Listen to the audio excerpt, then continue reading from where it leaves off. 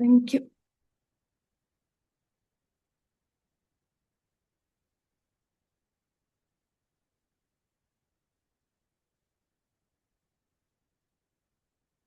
ఈ నా హృదయపూర్వక నమస్కారాలు. ముందుగా ప్రార్థన. నా కుడివైపు ఉన్న ఆ సర్వేశ్వరికి, నా కుడివైపు ఉన్న గురువులకు, పరమ గురువులు, పరమేష్టి గురువులకందరికీ నన్ను నేను పూర్తిగా సరెండర్ అవుతున్నాను ఆత్మ ప్రణామాలతోటి. అలాగే నా ఎడం వైపు ఉన్న ఆ సర్వేశ్వరి మాతకు పూర్తిగా సరెండర్ అవుతున్నాను. ఈ ఆత్మను పరమాత్మలోకి చేరుస్తున్న ఆ వినాయకుడికి, ఆ అవేర్‌నెస్ ఇస్తున్న మనకి పూర్తిగా సరెండర్ అవుతూ ఆత్మ ప్రణామాలు నివేదించుకుంటున్నాను. మన చుట్టూ ఒక దివ్యమైన కాంతిని, ఒక ప్రొటెక్టివ్ షీల్డ్‌ని ఆ సర్వేశ్వరి మాతను ఇవ్వమని కోరుకుందాం. ఈ ప్రొటెక్టివ్ షీల్డ్‌లో మన దివ్య ఆత్మలు, దైవాత్మలు, ఏంజెల్స్, మన డివైన్ మాస్టర్స్ మన్ని మన ఆత్మ వైపుకు, మన హయ్యర్ సెల్ఫ్ వైపుకు తీసుకెళ్తున్న మాస్టర్స్ అందరికీ ఆత్మ ప్రణామాలు తెలుపుకుందాం. మన గురువుగారైన పత్రిజీ మాస్టర్ గారికి మన ఆత్మ ప్రణామాలు తెలుపుకుందాం. అలాగే ఈ చక్కటి అవకాశం ఇచ్చి సత్సంగాన్ని చేసుకునేందుకు అవకాశం ఇచ్చినందుకు వంశీకిరణ్ మాస్టర్ గారికి ఆత్మ ప్రణామాలు తెలుపుకుందాం.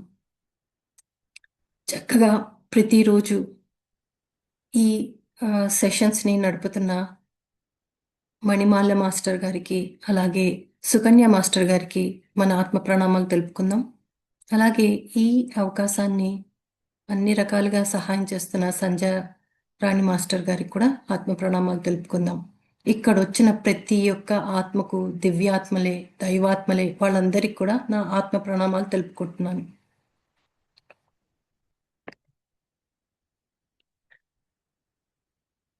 ఈరోజు మన టాపిక్ ఏంటంటే పశ్చాత్తాపము, పరివర్తన, ప్రాయశ్చిత్తం గురించి మాట్లాడుకుంటూ ఉంటాం కదా మన కర్మ విపాకంలో. కొంతమంది క్వశ్చన్స్ అడుగుతున్నారన్నమాట. మేము చేస్తున్నప్పటికీ కొంచెం టైం పడుతుందండి. ఎస్పెషల్లీ ప్రాబ్లమ్స్ వస్తున్నప్పుడు టైం పడుతుందండి. ఆహ్, దీ మరి ఎలాగా దాన్ని ఎలా అతిక్రమించగలము? ఎలాగా మనము తొందరగా రిజల్ట్స్ తెచ్చుకోగలము అని అడుగుతున్నారన్నమాట.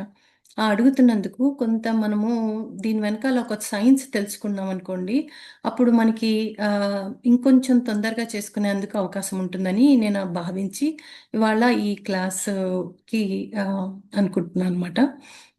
సో, ఈ మనము పశ్చాత్తాపము అనంటే, ఇక్కడ మనం తెలుసుకోవాలంటే ఫస్ట్ మనకి 2 భాగాలుగా విభజిద్దాం దాన్ని. ఒకటి క్షమాపణ అంటే ఫర్‌గివ్‌నెస్ అన్నమాట. ఎవరిని ఫర్‌గివ్‌నెస్? నన్ను నేను క్షమించుకుంటున్నాను. నా మా ఎద్ అంటే ఎవరి వల్ల అయితే మనకి ప్రాబ్లమ్ చూస్తున్నామో వాళ్ళని కూడా క్షమిస్తున్నాం. కదా! అది ఒకటి. రెండో భాగం ఏంటంటే ఐయామ్ సారీ. ఎందుకు సారీ చెప్తున్నాము? అంటే నన్ను క్షమించమని వేడుకుంటున్నాం. సో, ఈ 2 భాగాలుగా మనం విభజించిస్తే మొట్టమొదటిదాయి మనము క్షమాపణ. ఆ క్షమాపణ గురించి తెలుసుకుందామంటే, ఎవరిని క్షమిస్తున్నాము? మన్ని మనం క్షమించుకుంటున్నాము. ఇతరులను కూడా క్షమిస్తున్నాం. ఎందుకు ఇతరులను కూడా క్షమిస్తున్నాం ఇక్కడ? ఎందుకు మనం క్షమించుకుంటున్నాము అనంటే, ఫస్ట్ ఇతరులను ఎందుకు క్షమిస్తున్నాం అంటే, అదొక భారం అన్నమాట. అంటే అదొక ఆహ్, ఆలోచన భారాన్ని తగ్గించుకుందానికి. అంటే ఒక విషయంలో ఎక్కడికైనా ఎళ్ళినప్పుడు ఏదైనా సంఘటన జరిగి ఎక్కడైనా అవమానం గానీ, కోపం గానీ గలిగిందనుకోండి. మళ్ళీ దానికి ఎక్స్‌ప్లనేషన్స్ ఇవ్వడము, వాళ్ళని సారీ జెప్పడము, మళ్ళీ వాళ్ళతోటి ఆహ్, ఆ కాన్వర్సేషన్ పెంచుకోవడము, ఇలాంటివి జరుగుతూ ఉంటే ఆహ్, అది ఏమవుతుందంటే ఆల్రెడీ అప్పుడు ఎనర్జీస్ సరిగ్గా లేవు. మీకు పక్క ఎదురుకు వాళ్ళకి. ఇంకా ఆ కాన్వర్సేషన్‌లో ఇంకా పెద్దదయ్యి చిలికి చిలికి ఇంకా పెద్దదవుతుంది. లేదా పోనీ అది మళ్ళీ తీసుకొని వస్తే మన దానివల్ల కొన్ని గంటలు, కొన్ని రోజులు, కొన్ని సంవత్సరాలు కూడా పాడవడానికి అవకాశం ఉంది. సో అందుకని ఇక్కడ మనంలో మనకి ఆ భారం తగ్గడానికి మనం వాళ్ళకి క్షమాపణ చెప్తున్నాం. మరి మనకి మనమే ఎందుకు క్షమాపణ చెప్పుకుంటున్నాం ఇక్కడ అని అంటే, అంటే ఇప్పుడు ఆహ్, ఆహ్, మనలో మనలోంచే కదా సెంటర్ ఆఫ్ ఇక్కడ అట్రాక్షన్, ఆ ఇష్యూ ఏదైతే వచ్చిందో అది మన దగ్గర నుంచే వచ్చింది కాబట్టి మనము దీనికి క్షమాపణ చెప్తున్నాం. సో మనము దేనివల్ల ఆ భారాన్ని తగ్గించుకోవడం వల్ల, అంతేకాకుండా ఆ ఆలోచన పరంపరలని ఆపేయడం వల్ల అని చెప్పి కూడా చెప్పుకుంటున్నాం అనమాట. సరే, బాగుంది. ఇప్పుడు మనము క్షమాపణ చెప్పుకుందాం అనుకుందాం అనుకోండి. సపోజ్ ఈ జన్మలో చేసుకున్న కర్మలు ఏవైనా ఉన్నాయి, ఈ జన్మ వల్ల వచ్చాయి అని అంటే, సరే ఆ మనిషికో ఆ ఆ ఆ ప్రదేశానికో అక్కడికో ఎక్కడికో వెళ్ళి మనం క్షమాపణ చెప్పుకోవడానికి మనకి అవకాశం ఉంది కదా. అదే కనుక ఇది పాస్ట్ లైఫ్ నుంచి వస్తోంది అంటే కిందటి జన్మల నుంచి వస్తోంది అని అన్నారనుకోండి. మరి ఎలా క్షమించుకోవాలి? ఎవరిని క్షమించాలి ఇక్కడ? అంటే ఇప్పుడు హ్మ్, మనకెందుకంటే మన గత జన్మల్లో మనకు గుర్తులు లేవు.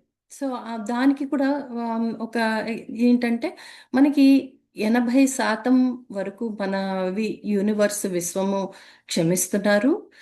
కానీ 20% ఇంకా ఆ ప్రాబ్లమ్‌ని మనము అనుభవించి దాని నుంచి విడిపోవడంకి ట్రై చేయాలి కాబట్టి, ఆ 80 ఆ 20% యొక్క అనుభవం మాత్రమే ఉంటుంది అని అంటున్నారు. సరే, 20% వరకు ఉంది కదా! కానీ ఆ 20% కూడా మనము అనుభవించే టైంకొచ్చేసరికి మనకి చాలా భారంగా అనిపిస్తుంది.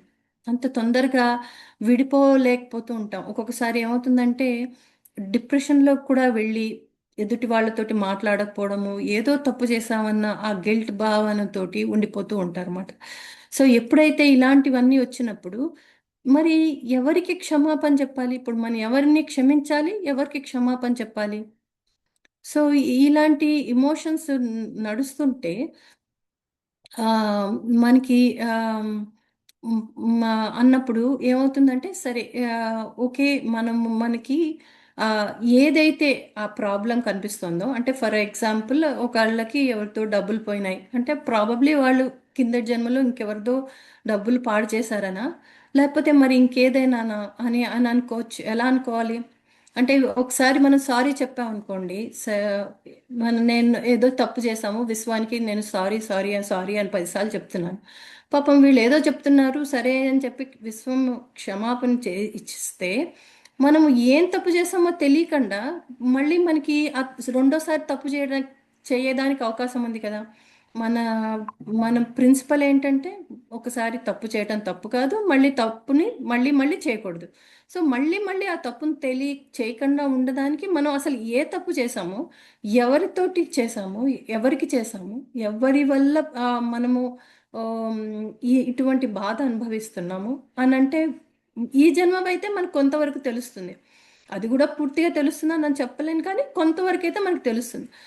కింద గత జన్మలవి ఎలా తెలుస్తుంది అందులో అసలుకే మనకు గుర్తుండదు కదా. మనకి మనకి ఆ గత జన్మలు ఏవి గుర్తుండవు. అటువంటప్పుడు ఎలా తెలుస్తుంది?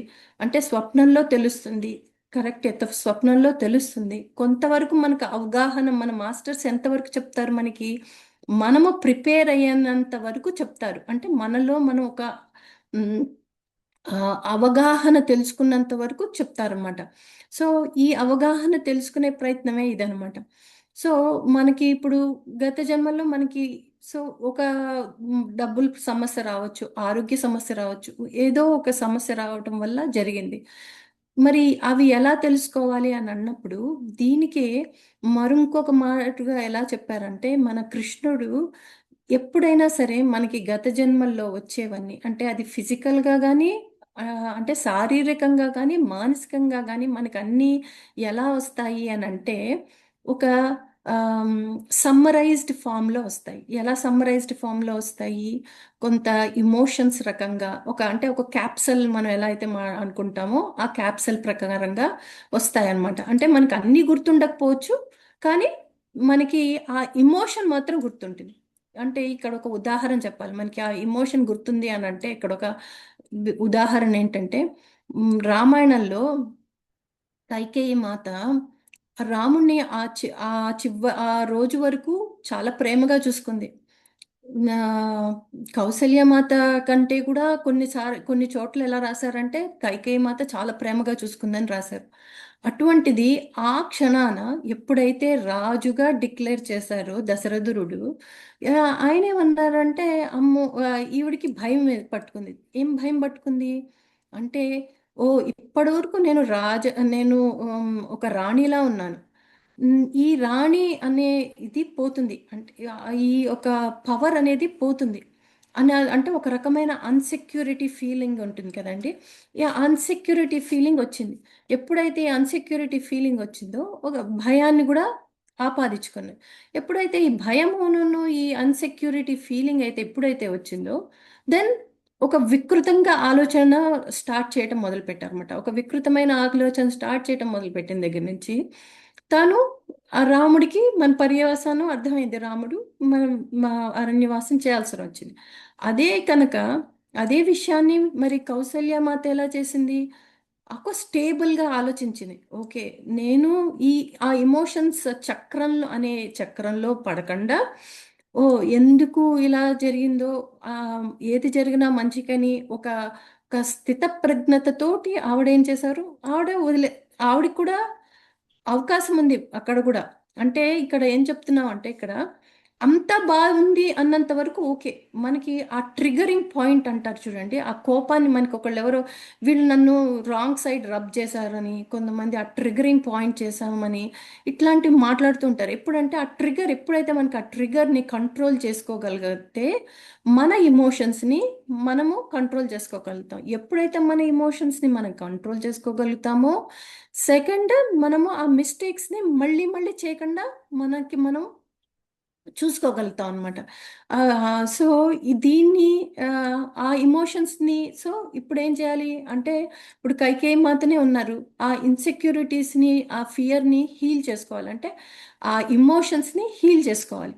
ఎందుకు ఆ ఎమోషన్స్ని హీల్ చేసుకోవాలి అంటే, ఫర్ ఎగ్జాంపుల్ మనము ఎవరికైనా కోపం వచ్చింది అనుకోండి, వాళ్ళు ఏం చేస్తారు, ఇద్దరికి కోపం వస్తే ఏం చేస్తారు, ఆ, మ్, వాళ్ళు ఒకళ్ళ మీద ఒకళ్ళు దూషించుకుంటారు, సరిగ్గా మాట్లాడుకోరు, ఎవరు పక్క వాళ్ళందరి దగ్గరికి వెళ్ళి వీళ్ళ గురించి చెప్తారు, లేదా వాళ్ళకి ఏదైనా చెడు అయితే బాగుండు అని కూడా ఆలోచన కూడా జరుగుతుంది.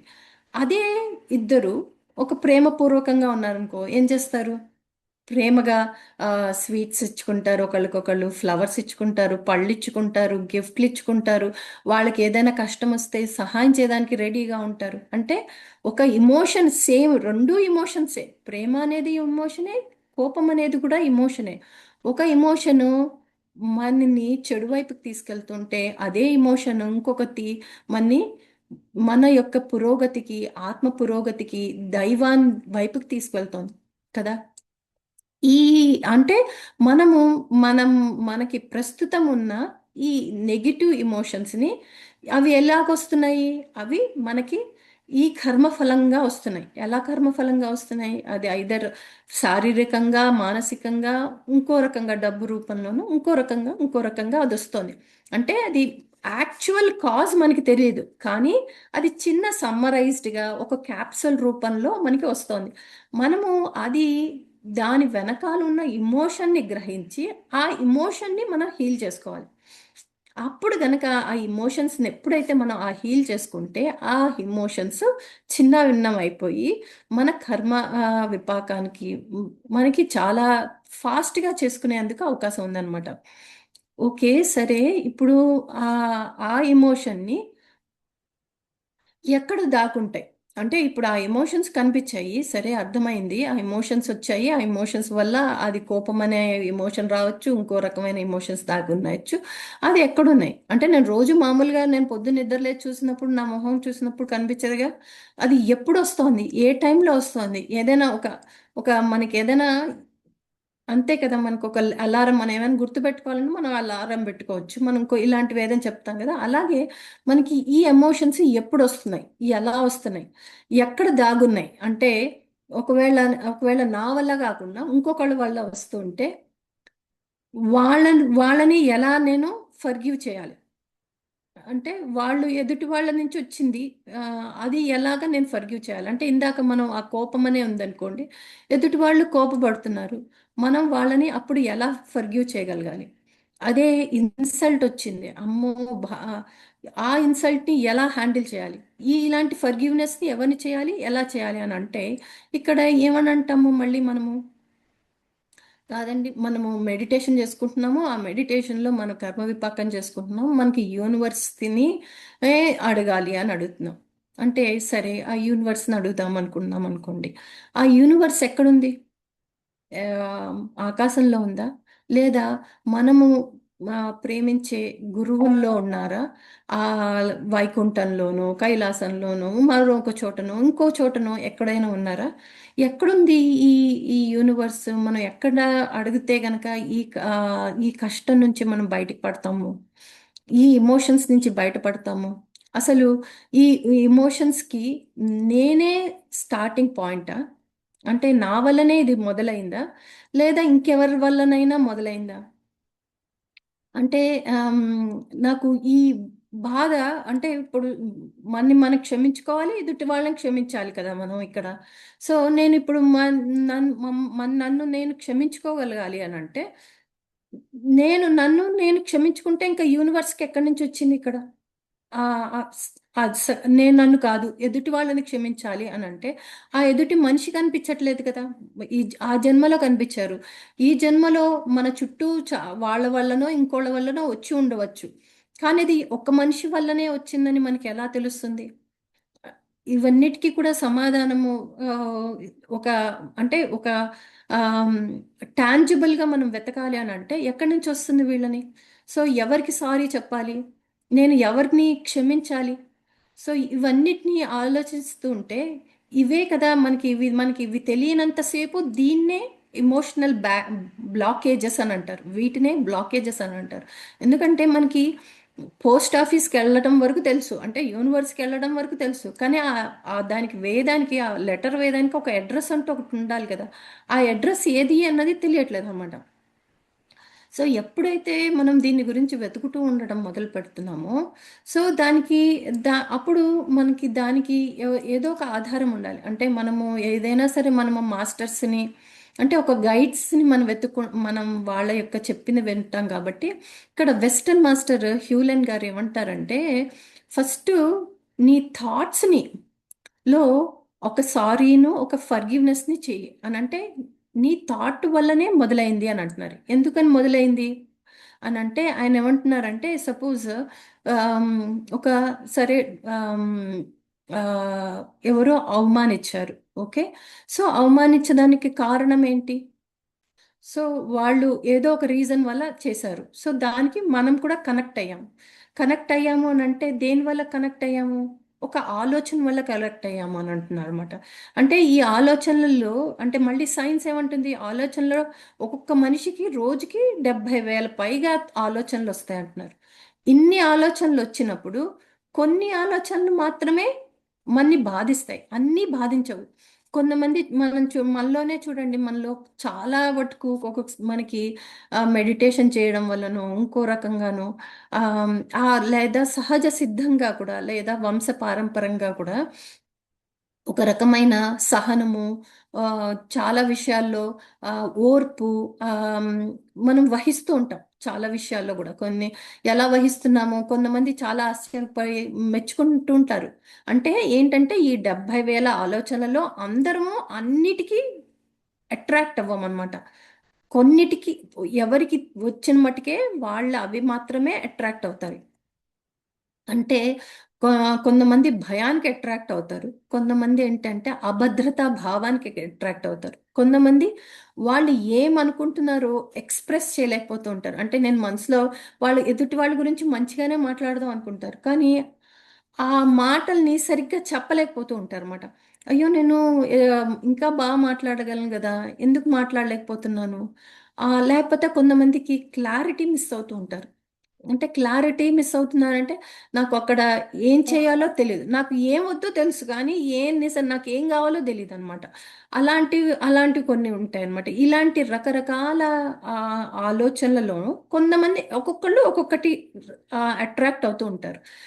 మళ్ళీ దీనికి భగవద్గీత కృష్ణుడు మళ్ళీ ఇవన్నిటిని అభ్యాస వైరాగ్యంతోటి పోగొట్టుకోమంటున్నారు. అంటే ఈ 70,000 ఆలోచనలను కూడా పరిశీలిస్తూ ఉంటే మనకు ఒక కామనాలిటీ ఉంటుంది. అంటే అందరూ అన్నిటికీ అట్రాక్ట్ అవ్వము. కొన్నిటికే అట్రాక్ట్ అవుతా. ఆ కొన్నిటి ద్వారానే మనలో ఉన్న ఈ ఆమ్, వైకల్యం కలుగుతూ ఉంటుంది. ఆ వైకల్యాన్ని తొలగించుకుంటే మనకి ఈజీగా ఉంటుంది. అంటే దీంట్లో ఇప్పుడు మరి అభ్యాసం ఎలా చేయాలి? అంటే దీనికి ఒక అభ్యాసం చేయాలనంటే దానికి మనకు ఒక జ్ఞానం ఉండాలి కదా! ఒక జ్ఞానం ఉండాలి అనంటే ఎలా ఉంటుంది మనకి జ్ఞానము? సపోజ్ నేనే అనుకుంటాను ఆహ్, నెమలి కలరు బ్లూ, స్కై గ్రీన్ ఇలాంటి కలర్‌లో నెమలి కలర్ ఉంటుంది. చాలా అందంగా ఉంటుంది. బంగారు రంగులో కూడా ఉంటుంది అని నేను అనుకుంటున్నాను. అలా అనుకుంటున్నప్పుడు ఒకరోజు నేను జరుగుతుంది రమణాశ్రమానికెళ్ళాను. అక్కడ తెల్లటి నెమళ్ళు కనిపించాయి. అబ్బో!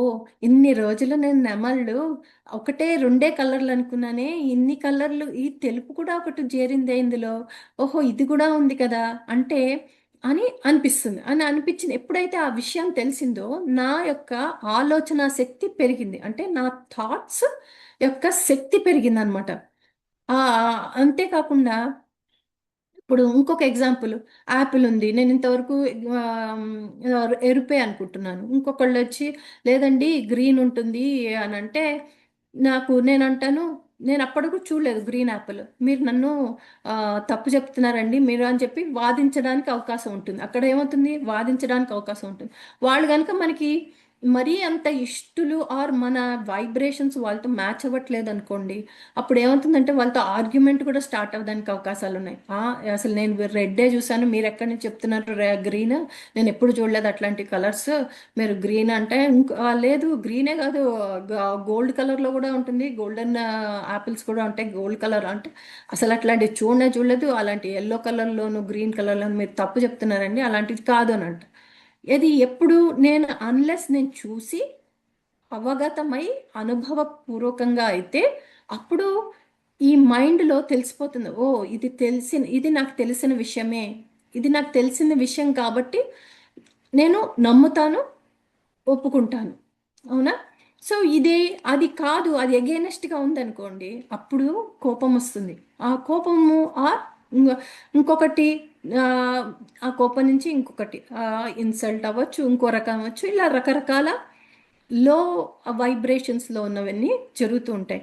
ఎప్పుడైతే ఈ కోపాలు ఇవన్నీ వచ్చినప్పుడు మనం కనుక కొంతము శాంతంగా ఓకే ఈ ఆ, భగవద్గీతలో చాప్టర్ల 2లో వర్స్ 3లో చెప్పినట్టు మన శరీరానికి ఎలాగైతే ఏ, బాల్యము యవ్వనము జరత్వము ఉంటుందో మన సోల్ కూడా ఉంటుందని చెప్తున్నారు కదా. అలాగే వీళ్ళు వాళ్ళ యొక్క ఆలోచన శక్తి వల్ల వాళ్ళకి యాపిల్ రెడ్ ఒక్కటే తెలుసు ఇంకా మిగతా కలర్స్ తెలియవు అని మనం తెలుసుకుంటామో, మనం ఎప్పుడైతే వాళ్ళని క్షమించగలుగుతూ ఉంటామో మనకి వాళ్ళ మీద క్షమ అనేది వచ్చేస్తుంది కదా. అంటే ఇప్పుడు మనం ఎంతవరకు అనుకుంటున్నాము, మనం ఎక్కడి నుంచి స్టార్ట్ చేస్తున్నాం అంటే ఫస్ట్ మనకు ఆ 20%ని తీసేయడమే కాకుండా ఇప్పుడు మనం ఏమనుకుంటున్నాం అంటే ఒక పెయిన్ వల్ల ఏదైనా ప్రాబ్లం వస్తే ఆ 20% పెయిన్ వల్ల మనము సఫర్ అవుతున్నాం కాబట్టి ఆ కర్మ విపాకంలో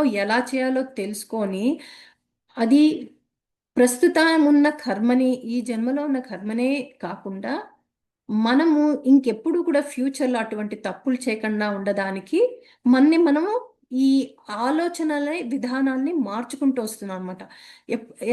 అదే కరెక్ట్ అయిన పశ్చాత్తాపం అనమాట.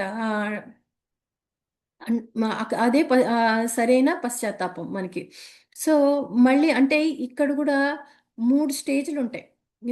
ఒకటేమో ఫస్ట్ విక్టిమ్ మెంటాలిటీ అంటారు. అంటే నాకే జరిగింది, నాకే జరిగింది, నన్నే అన్నారు అని చెప్పి అదొక పట్టుకోవడం అనమాట. అంటే ఎలా అయితే ఇప్పుడు ఈ ఫోన్ని నేను పట్టుకొని ఉన్నాను. ఈ ఫోన్ని నేను ఎప్పుడు వదిలేయగలను? ఈ ఫోన్ని నేను ఎప్పుడు వదిలేయగలను? నేను నా నన్ను నేను నా ఆలోచన ద్వారా ఫస్ట్ వదిలేయగలను కదా. అంటే నేను ఈ ఫోన్ని పట్టుకోవాలన్నది ఎలా వచ్చింది? నాకు ఫస్ట్ ఆలోచన వచ్చింది. ఫస్ట్ నేనేం ఫోన్ని పట్టుకోలేదు, ఒక ఆలోచన వచ్చింది. ఆ ఆలోచన వచ్చిన తర్వాత నేను ఆ ఫోన్ని పట్టుకున్నాను. సో అదే ఆలోచనతోటి నేను ఆ ఫోన్ని పెట్టేయగలను కదా. అంటే మనకి ఆ ఆలోచనకే మనము మనము ఆమ్, ఆ, క్షమాపణ చెప్పాలి. ఆ ఆలోచనకే మనము ఫర్గివ్ చేయాలి. అంటే నా వల్ల వచ్చిన ఈ ఆలోచన ఎదుటివాడికి కోపం కానీ, ఎదుటివాడితోటి ఇన్సల్టింగ్ ఆలోచనలు కానీ, లేకపోతే బాధ పెట్టేయాలనే ఆలోచన తెప్పించింది కాబట్టి, నా వల్ల నుంచి స్టార్ట్ అయింది కాబట్టి, దానికి నేను సారీ చెప్తున్నాను. ఆ, ఉమ్, ఇంకా అటువంటి ఆలోచనలు నేను మళ్ళీ తీసుకురానని చెప్పి నేను పరివర్తన చెంది ఉంటాను. అంటే అటువంటి ఆలోచనలు, ఆ ఇమోషన్స్ ఏవైతే ఉన్నాయో ఆ ఇమోషన్స్ని నేను మళ్ళీ తీసుకురాకుండా ఉంటాను అని మనకి చెప్తున్నాం. అంటే ఏ టైంలో అయితే మనము బాధపడుతున్నామో ఆ ఇమోషన్స్ ఏంటో కొంచెం మనం గమనించగలిగితే, ఆ ఇమోషన్సే అవి కీప్ ఆన్ రిమిట్టింగ్ అనమాట మనకి అంత. దానివల్లే మనకి వస్తోంది. దానివల్లనే నేను ఈ దీంట్లో ఉన్నాను అని అలా ఆలోచన ఒకటే వస్తుందన్నమాట. అయితే ఆమ్, అప్పుడే మనకి పరివర్తన జరుగుతుంది. ఎప్పుడైతే ఆ పరివర్తన జరుగుతుందో మనము ప్రాయశ్చిత్తం చేయడం చాలా ఈజీ అవుతుంది. ఎలా ఈజీ అవుతుందంటే చెప్తాను చూడండి. ఇక్కడ మనం అన్నాం కదా ఇందాక, ఫస్ట్ స్టేజ్ ఏంటి? Victim mentality. అంటే అన్ నా వల్లనే అయింది, ఇది నాకే వచ్చింది బాధ. ఎందుకంటే వీళ్ళు అన్నారు, వాళ్ళు చేశారు, వాళ్ళ ఆ మనుషుల వల్ల వచ్చింది, వీళ్ళు వచ్చింది, ఇలాంటివే అనమాట. అంటే ఎదుటి నుంచే వచ్చింది, అది మన నుంచి వచ్చిందని మనం ఒప్పుకోవట్లేదు అక్కడ వరకు. అంటే ఒప్పుకోవట్లేదు. ఎందుకు ఒప్పుకోవట్లేదు అంటే మనకి ఇంతవరకు ఎక్కడో ఉంది అన్న ఆలోచన కదా. ఇది మన ఆలోచనలోంచే బయలుదేరింది అంటే మన ఆలోచనని సరి చేసుకోవడానికి ట్రై చేస్తాం కదా. అవ్- అంటే ఇరువరకు మన వాళ్ళు ఊరికేనే ఉమ్, కీడెంచి మేలంచు అని అంటూ ఉంటారు. ఎంత కరెక్ట్ కాదు కదా. ఎందుకు కీడెంచుతూ ఉంటే ఎప్పటికి మేలెంచుతాం? ఫస్ట్ కీడే మొదలు పెడితే మనం ఎప్పుడు మేలని ఎప్పుడు మొదలు పెడతాం? కరెక్ట్ కాదు కదా, అది సరైన ఆలోచన కాదు కదా. ఫస్ట్ మనం నమ్మాలి. ఎవరిని నమ్మాలి? మనం నమ్మాలి. మనలో ఉన్న దివ్య చైతన్యాన్ని నమ్మాలి. ఎప్పుడైతే మనం నమ్మితే, మనం నమ్మే మనుషుల్నే మన అట్రాక్ట్ చేస్తుంది. ఎందుకంటే మనం ఏమిస్తే అదే కదా మనకి యూనివర్స్ మనకి రిటర్న్ ఇస్తోంది. అంటే ఇక్కడ యూనివర్స్ ఎక్కడుంది? మనలోనే ఉంది కదా. ఆ అది ఎలా గమనించాలి? మన మొట్టమొదటిది మనకి ఆలోచన. ఆలోచన నుంచే గమనించాలి. ఆ, ఇందాక చెప్పినట్టు ఫోన్ పట్టుకోవాలి అని ఫస్ట్ ఆలోచన వచ్చిన తర్వాతే ఫోన్ పట్టుకున్నా. అంతేగాని నేనేమి ఫస్టే వెళ్ళి ఫోన్ పట్టేసుకోలేదు కదా. అంటే అది ఒక ఆలోచన. అది ఎలాగా ఆ, మార్చుకోవచ్చు అంటే, ఈ ఆలోచనని ఎలా మార్చుకోవచ్చు అని అంటే రెండు రకాలుగా మార్చుకోవచ్చు అని అంటున్నారు అన్నమాట. ఒకటేమో రిపిటీషన్. అదే నేను మంచి మాట్లాడతాను, బాగా మాట్లాడతాను, నేను బాగా మాట్లాడతాను అంటే ఆటోమేటిక్గా నేను బాగా మాట్లాడతాను. ఓకే, నేను రిపిటేటివ్గా అనుకుంటున్నాను. ఎక్కడ అనుకుంటున్నాను? నాలో నేనే అనుకుంటున్నాను. ఎందుకు అనుకుంటున్నాను? నేను అలా మారాలి అని అనుకుంటున్నాను అనమాట. ఆ రిపిటేషన్. కానీ ఈ ప్రాసెస్ కొంచెం లెంతీ ప్రాసెస్ అనమాట. ఈ ప్రాసెస్ కొంచెం లెంత్. ఎందుకంటే కొంతమందికి 1000 చేస్తారు, కొంతమంది 1,00,000 చేస్తారు, కొంతమంది 1,00,00,000 చేస్తారు. ఎన్ని తెలియదు.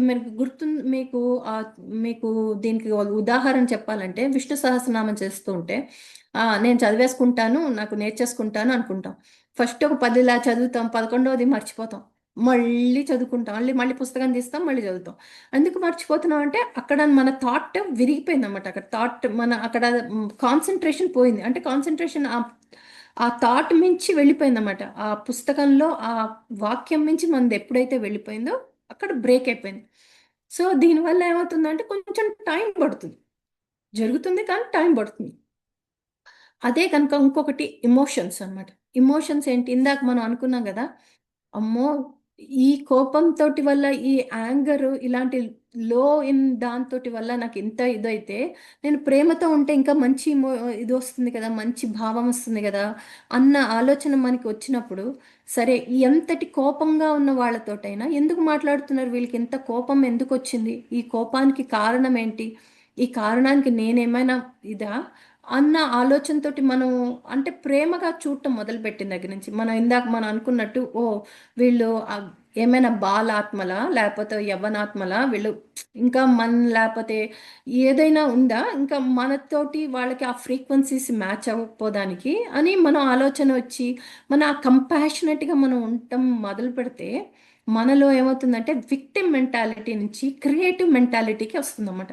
క్రియేటివ్ మెంటాలిటీ ఏం చేస్తుందంటే, కొత్త ఆలోచనలతోటి వాళ్ళకి నచ్చ చెప్పడానికి ఆలోచిస్తుంది, లేదా మళ్ళీ అటువంటివి అట్రాక్ట్ చేసుకోకుండా ఇంకొక మంచి విషయాల్ని అట్రాక్ట్ చేసుకోవడానికి అవకాశం వస్తుంది అనమాట.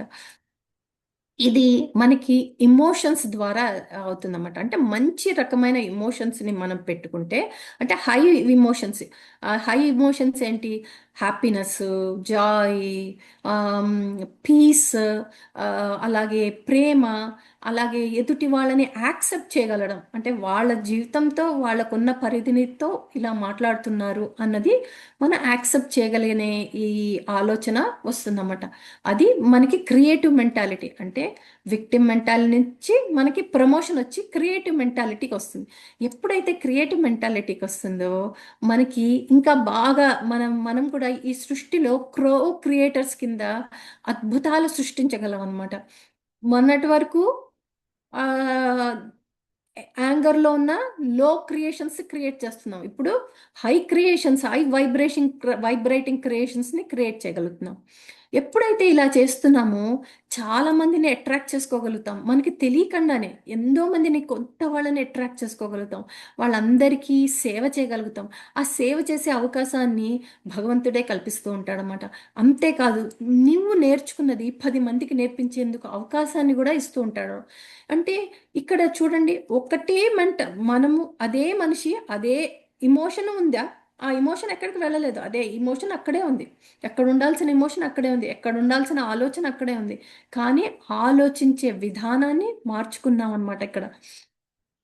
దీనికి ఇంకొక సులభతరమైన విషయాన్ని నేను గమనించింది ఏంటంటే, ఒక 7 రోజుల పాటు, 7 రోజుల పాటు ఆమ్, మన థాట్స్ని గమనిస్తూ, ఎదుటి వాళ్ళని తక్కువగా మాట్లాడకుండా, ఎదుటి వాళ్ళని ఆ, వాళ్ళ యొక్క మిస్టేక్స్ని ఏరకుండా, మనలో ఉన్న మిస్టేక్స్ని ఏరకుండా 7 రోజుల పాటు మనం గనక జాగృతతో గనక ఉంటే, ఇంకా మన 95% ఆఫ్ ఆల్ ద మన ఏవైతే ఈ ప్రాబ్లమ్స్ అనండి, సఫరింగ్స్ అనండి, రకరకాల బాధలు అనండి, అవన్నీ కూడా ఈ జన్మకు సంబంధించినవి అన్నీ కూడా తుడిచిపెట్టిపోతాయి. 95%, అంటే కేవలం 7 రోజులు మనం ఇన్వెస్ట్ చేయగలిగితే, ప్రతి క్షణము మనం మరి నిద్రలో పడి చేయడం అంటే మనకు తెలుసు కదా, మనకి డివైన్ మాస్టర్స్కి దండం పెట్టుకొని ఈ ఆలోచనలతోటే నేను పడుకుంటూ ఉంటే, మన ఆ పాజిటివ్ ఆలోచనతో పడుకుంటూ ఉంటే అవే థాట్స్ క్యారీ అవుట్ చేస్తాయి అన్నమాట. సో 7 రోజుల పాటు మనం గనక మనని మనం మంచిగా ఆలోచించి, మనలో ఉన్న లోటుపాట్లు కాదు, మనలో ఉన్న మంచి సుగుణాలని ఆలోచించి, ఎదుటి వాళ్ళలో ఉన్న సుగుణాలను కూడా మనం ఆలోచిస్తే, భగవంతుడికి దగ్గర మనకున్న ఈ జీవితంలో 95% సమస్యలన్నీ తీరిపోతాయి. So that's the best part. So ఈ ఈ హై విషయంతో చెప్తూ ఇవాళ క్లాస్ నేను ఆ, ఆపుదాం అనుకుంటున్నాను. సంజయ్ రాణి గారు, చెప్పండి మీరు.